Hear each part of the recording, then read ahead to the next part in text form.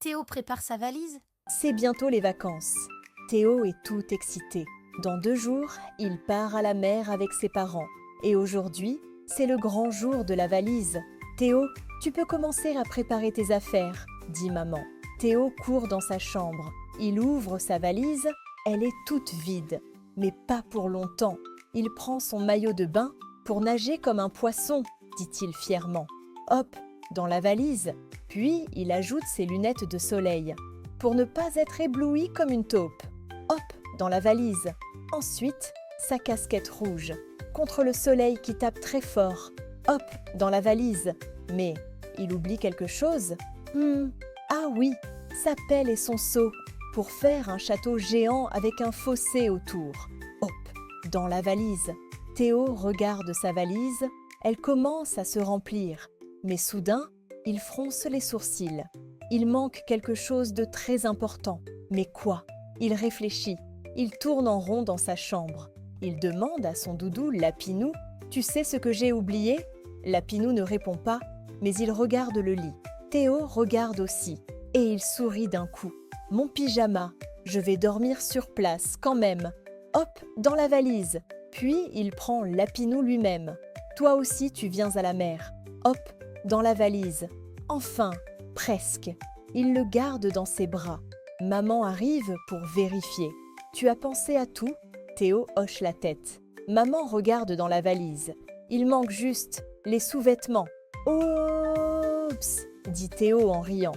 Ensemble, ils les ajoutent. Et maintenant, la valise est vraiment prête. Théo referme le couvercle. Demain, à nous la plage. Et maintenant, l'histoire de Théo part à la mer. Ce matin-là, le soleil brillait déjà quand Théo ouvrit les yeux. Il se redressa dans son lit, tout excité. « Aujourd'hui, on part à la mer !» s'écria-t-il, en sautant sur son oreiller. Dans la chambre à côté, Lily, sa petite sœur, s'éveillait doucement, son doudou pingouin coincé contre sa joue. Papa, encore en pyjama, passa la tête dans la chambre. « Prêt, capitaine Théo ?» Théo se mit au garde-à-vous. « Aïe, aïe, papa !» Dans la cuisine, l'odeur du chocolat chaud réchauffait l'air. Maman préparait le dernier thermos et vérifiait la glacière du pique-nique. Sandwich, jambon fromage, tomates, cerises, compote, petits gâteaux, eau bien fraîche. Et n'oubliez pas le sac de jeu, ajouta maman. Théo attrapa son sac à dos vert. Dedans, ses crayons, un petit cahier, 2 voitures miniatures, un livre de devinettes et son doudou ours, bien sûr. Quelques minutes plus tard, tout le monde était prêt. La voiture était chargée jusqu'au toit. Papa conduisait, maman à l'avant. Théo et Lily étaient installés à l'arrière, chacun avec leur petit coussin. « Allez, tout le monde a fait pipi ?» demanda papa. « Oui !» répondit Théo, même s'il n'en était pas tout à fait sûr. Et c'était parti. Au début, le trajet était calme. Théo regardait les arbres filer par la fenêtre. Lily chantonnait une chanson avec des « la la la » qui faisaient rire tout le monde. Même papa se mit à fredonner. « On est bientôt arrivé ?» demanda Théo. « Au bout de 17 minutes. » Maman rit. « Il reste encore beaucoup de kilomètres. Mais ne t'inquiète pas, on va s'amuser en route. » « Qui sera le premier à voir 5 voitures rouges ?» lança papa. « 1 !» cria Théo. « 2 là, une toute petite !» ajouta Lily. « 3 et une moto, ça compte. Seulement si elle est rouge et qu'elle fait « vroom !» rigola maman. Après les rouges, ce fut les bleus, les jaunes, les camions et même une caravane rose. Mais soudain, la voiture ralentit. « Oh, des bouchons !» grogna papa. Théo se redressa. Devant eux, une file de voitures à perte de vue. Pourquoi elle n'avance pas? Peut-être un accident ou des travaux, soupira maman. Théo s'ennuyait déjà un peu. Lily commençait à gigoter, mais maman avait une idée. On fait un quiz de la route? Qu'est-ce qu'on met dans une valise pour aller à la mer? Demanda maman. Théo répondit tout de suite. Le maillot et la crème solaire. Les lunettes? Ajouta Lily. Papa fit une voix de robot. Erreur! Les glaces à la fraise fondent dans la valise. Tout le monde éclata de rire. Puis, Pour faire patienter encore un peu, Théo lut des devinettes à haute voix. Qu'est-ce qui est jaune, qui a des roues et qui emmène les enfants à l'école? Une banane carrosse? Proposa papa. Mais non, c'est le bus. Après 2 heures de route, papa annonça.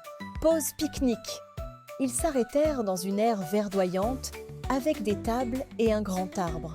Théo courut en rond pendant que maman étalait la nappe. Lily faisait semblant de cuisiner des cailloux. Le repas fut délicieux et drôle aussi. Théo fit parler son sandwich, Lily goûta une fourmi, Burk, et papa fit un concours de grimaces. Avant de repartir, chacun alla aux toilettes. Même Théo. De retour dans la voiture, papa mit de la musique. Et ce fut le moment du karaoké familial. Les petits poissons dans l'eau nagent aussi bien que les gros. Théo imitait les poissons. Lily tapait dans ses mains. Maman dansait avec les épaules. Papa, lui, faisait semblant de jouer de la guitare avec le volant. Soudain, au détour d'un virage, Théo s'écria « Je vois la mer !» Au loin, un trait bleu scintillait entre 2 collines. Les vagues, le sable, les vacances. Lily aussi colla son nez à la vitre. Oh! Des bateaux! Ils arrivèrent enfin. La voiture se gara près d'un chemin bordé de dunes. Théo sauta hors du siège, les bras en l'air. Terre en vue! Papa l'aida à descendre les valises, maman mit un chapeau à Lily. Et tous ensemble, ils avancèrent vers la plage. Le bruit des mouettes, l'odeur de l'air salé, le vent dans les cheveux, Théo sourit. On est enfin là. Et ce soir-là, dans le lit de la location, Théo chuchota à son doudou. Le voyage, c'était déjà un peu les vacances, non ?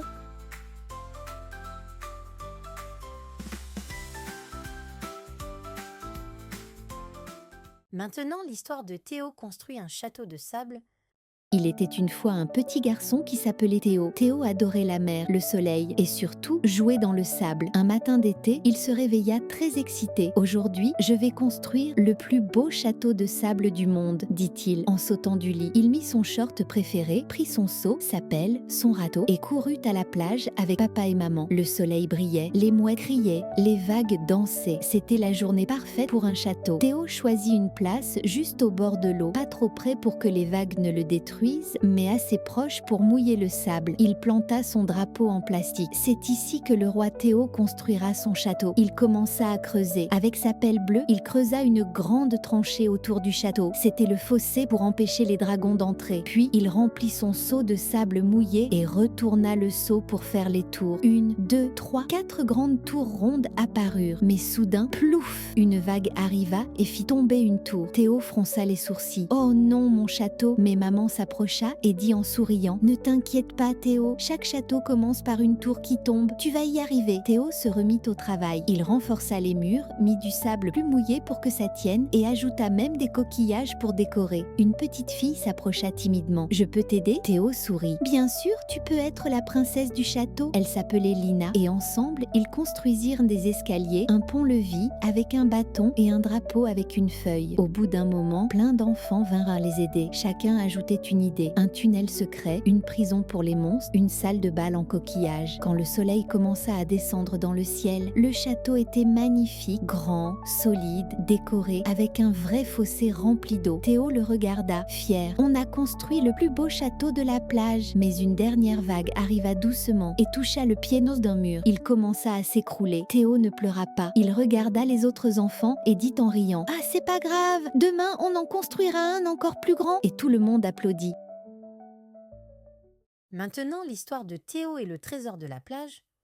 Un grand vent souffle dehors. Le ciel est bleu, les mouettes volent haut. Théo, 3 ans, s'ennuie dans le salon de la maison de vacances. Il tourne en rond, allongé par terre comme une étoile de mer. J'ai déjà joué à cache-cache avec Lily. J'ai lu 2 fois mon livre de pompier.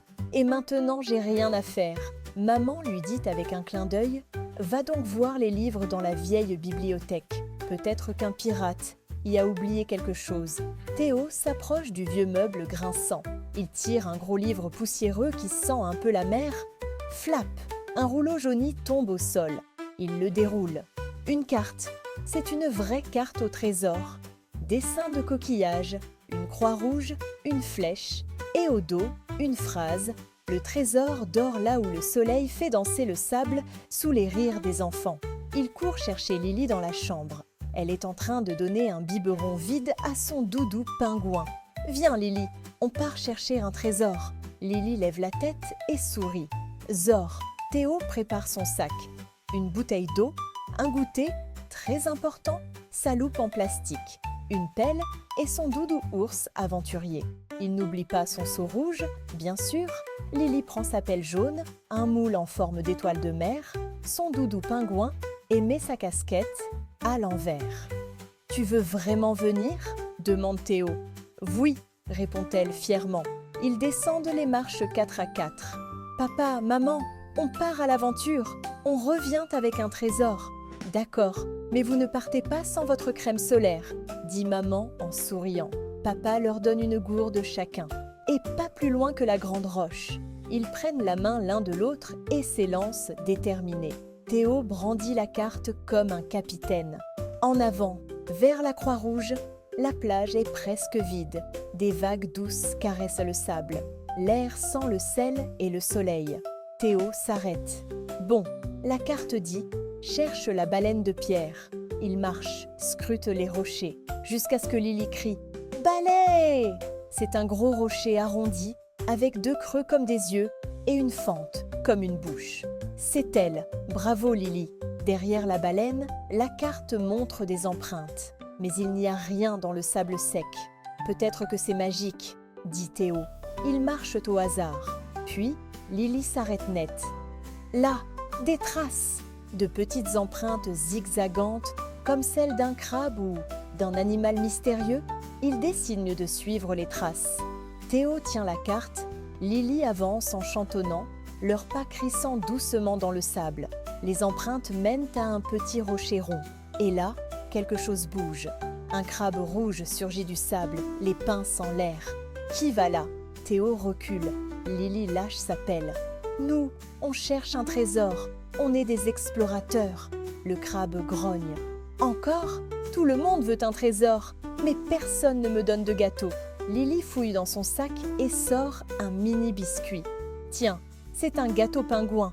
Le crabe le prend, croque et sourit. D'accord, pour vous remercier, suivez les pas de Mouette jusqu'à la grotte secrète. Mais attention aux ombres qui dansent. Quelles ombres ? Demande Théo. Ah, ça, c'est la surprise. Il replonge dans le sable en riant. Les enfants remontent la dune. Théo remarque des traces légères, en forme de X, des pattes de mouette. Le vent souffle fort, le sable vole un peu, mais il continue. De l'autre côté de la dune, une grotte sombre les attend, cachée derrière un buisson de plantes piquantes. Théo entre le premier. Lily le suit, agrippée à sa pelle. À l'intérieur, il fait frais. On entend les vagues au loin. Au sol, un petit tas de sable qui brille. Il creuse doucement. Clong, c'est le coffre, on l'a trouvé. Il l'ouvre à 2 mains.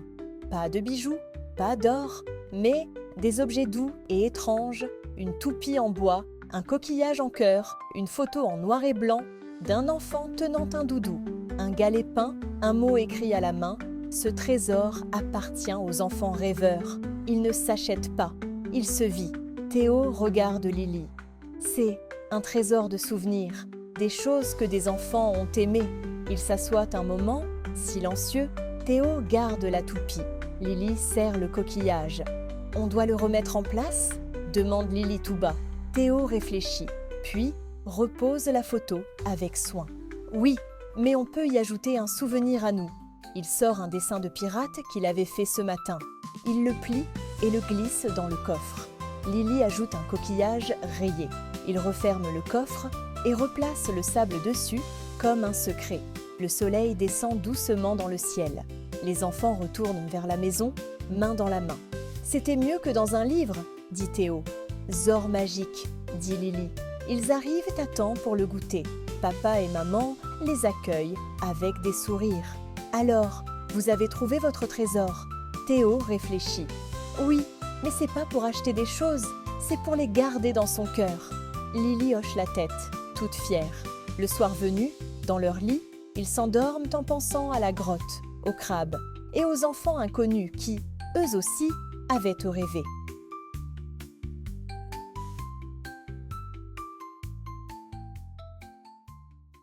Maintenant, l'histoire de dormir sous une tente. Avait un grand rêve, passer une nuit sous une tente comme un vrai aventurier. Un matin d'été, alors que le soleil brillait fort et que les oiseaux chantaient dans le jardin, papa est arrivé avec une surprise. Théo, que dirais-tu de camper ce week-end? Camper? Dormir dehors? Dans une tente? Comme dans les dessins animés? S'est écrié Théo. Exactement, répondit maman en sortant un grand sac de couchage du placard. Théo a sauté de joie. Il a couru dans sa chambre pour préparer ses affaires. Son doudou lapinou, une lampe de poche, son pyjama préféré avec des dinosaures et un livre d'histoire. Il n'oublia pas non plus ses chaussettes rouges porte-bonheur. Le samedi matin, ils ont mis les sacs dans la voiture, attaché la tente sur le toit et pris la route vers un endroit magique. Un petit camping au bord d'un lac, entouré de grands arbres, avec une clairière rien que pour eux. En arrivant, Théo a couru partout, émerveillé. « On est dans une forêt magique !» dit-il en écartant les bras. Papa et maman ont carrosse monté la tente et Théo les a aidés. Enfin, il a surtout sauté sur les matelas gonflables une fois qu'ils étaient installés. « C'est moelleux comme un nuage !» riait-il. Après le pique-nique, Théo est parti explorer. Il a trouvé des pommes de pin, un bâton en forme de zeta, une petite coccinelle qui grimpait sur son doigt et un écureuil roux qu'il a observé depuis un arbre. « Maman, j'ai vu un écureuil, il avait une queue toute fluffy. C'est un habitant de la forêt. » dit maman. « Et toi, tu es son invité ce soir. » Théo regarda autour de lui. Les arbres étaient aussi grands, les feuilles dansaient doucement et le vent faisait « chut » comme une berceuse. Le soir venu, papa a préparé un feu de camp. Les flammes dansaient et une odeur délicieuse flottait dans l'air. Théo a mangé des saucisses grillées, puis un marshmallow fondu qui a collé à ses doigts. « C'est sucré et bizarre, mais j'adore !» dit-il en riant, la bouche toute collante. Ensuite, ils ont chanté une chanson et papa a sorti une guitare. Dans la forêt lointaine, on entend le hibou. Bou bou bou bou bou bou, il chante à pleine haleine. Quand la lune est partout, tout dort sous la ramure, mais lui reste debout. Dans la forêt lointaine, on entend le hibou. Théo chantait doucement, les yeux mi-clos, bercé par la chaleur du feu. Quand il fut l'heure d'aller dormir, Théo mit son pyjama dinosaure, prit son doudou lapinou et entra dans la tente avec maman et papa. Mais une fois la lampe éteinte, tout était noir. Et dehors, on entendait des bruits. Crac, une branche, houhou, une chouette, grinc-grinc. C'était quoi ça? Papa, j'ai un peu peur, dit Théo en serrant fort lapinou. Tu sais, la nuit en forêt, elle chante. Ce ne sont pas des bruits effrayants, ce sont les sons de la nature qui dort. Même les arbres dorment? Oui, et les petits animaux aussi. Tu veux qu'on écoute ensemble? Alors, Théo se tut. Il tendit l'oreille, et doucement, il commença à reconnaître le ruisseau qui coulait, doucement, comme un chuchotement, le vent dans les feuilles, comme un soupir, et très loin, une petite grenouille qui faisait « croix-croix ». C'est beau en fait, murmura Théo. Papa sortit un instant avec lui et ensemble, ils levèrent les yeux vers le ciel. « Regarde toutes ces étoiles !» dit Théo bouche bée. « Tu peux faire un vœu si tu vois une étoile filante. » Théo fixa le ciel et hop, une fine lumière traversa la nuit. « J'en ai vu une, j'ai fait un vœu. Tu veux me dire ton vœu ? Non, si je le dis, il ne se réalisera pas. » chuchota-t-il en posant un doigt sur ses lèvres. Ils retournèrent pendant la tente. Théo s'endormit vite, blotti entre maman et papa, avec Lapinou dans les bras et des étoiles plein la tête. Le lendemain matin, un rayon de soleil traversa la toile de la tente. Des oiseaux sifflèrent joyeusement. Théo ouvrit les yeux, s'étira et s'écria « J'ai dormi toute la nuit dans la tente. Je suis un vrai aventurier maintenant. » Et ce jour-là, il découvrit encore plein de choses. Il lança des cailloux dans le lac, construisit une cabane avec des bâtons et inventa une chanson qu'il appela « La chanson du campeur courageux ». Et depuis ce jour-là, chaque fois que Théo voyait une tente, il se souvenait de cette nuit magique dans la forêt, avec les étoiles, les bruits mystérieux et son doudou Lapinou. Il savait que même quand on a 5 ans, on peut être un aventurier. Maintenant, l'histoire de la sortie au pique-nique. Théo a 5 ans. C'est un petit garçon blond aux grands yeux bleus pétillants de curiosité. Ce matin-là, il se réveille très tôt, tout excité. Aujourd'hui, c'est un jour spécial. Théo part faire un pique-nique avec papa, maman et sa petite sœur Zoé. Il saute de son lit et court dans la cuisine. Maman, maman, c'est aujourd'hui le pique-nique, hein? Oui, mon chéri, répond maman en souriant. Mais avant ça, il faut préparer le panier. Théo adore aider. Il se met aussitôt à sortir des choses du placard. Des serviettes, des assiettes, des gobelets en plastique. Maman rigole. Tout doux, Théo. On va faire une liste pour ne rien oublier. Sur la liste, il y a des sandwichs au jambon fromage, des tomates cerises, des petits gâteaux faits à maison, des jus de fruits, une grande couverture à carreaux rouges et blancs et bien sûr, le doudou de Zoé. Papa prépare les sandwichs pendant que Théo met les tomates dans une boîte. Il en croque une au passage. Elles sont sucrées comme des bonbons. Une pour la boîte, une pour moi, dit Théo avec un clin d'œil. Zoé babille en regardant tout ce remue-ménage et elle tape dans ses mains. Quand tout est prêt, la petite famille prend la voiture pour aller au parc du Grand Chêne, un endroit que Théo adore. Il y a de l'herbe bien verte, des arbres géants, un petit étang avec des canards et même une aire de jeu avec un toboggan rouge en spirale. Une fois arrivé, Théo aide à étendre la couverture. Il est fier de porter le panier, même s'il est un peu lourd. Papa rigole. Tu es fort comme un super-héros, Théo. Ils s'installent à l'ombre d'un grand arbre. Le soleil brille. Il fait doux et on entend les oiseaux chanter. J'ai faim, dit Théo. On commence par les sandwichs, propose maman. Tout le monde mange avec appétit. Théo boit son jus de pomme et regarde autour de lui. Soudain, un petit vent se lève et la serviette de Zoé s'envole. Oh non, Zoé va pleurer, s'écrie Théo. Sans attendre, il se lève et court derrière la serviette, qui vole comme un petit papillon. Elle atterrit près du buisson. Théo la récupère tout fier. Sauvetage réussi, Zoé le regarde avec ses grands yeux et lui tend les bras. Il lui rend la serviette et elle lui fait un gros câlin baveux. Burk! Mais Théo rigole. Après le repas, ils vont tous se promener près de l'étang. Théo jette quelques miettes de pain au canard et regarde les poissons glisser dans l'eau. Puis vient le moment du jeu. Théo grimpe, glisse, saute et rit à gorge déployée.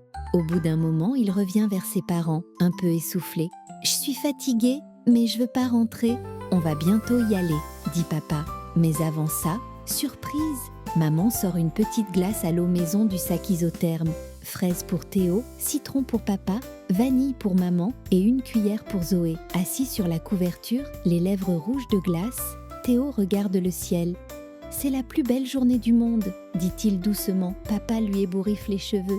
Tu sais Théo, les plus belles journées, c'est souvent celles qu'on passe tous ensemble. Et sur ces mots, Théo bâille. Il ferme les yeux un instant et s'endort dans les bras de maman, la bouche encore sucrée, un sourire au coin des lèvres.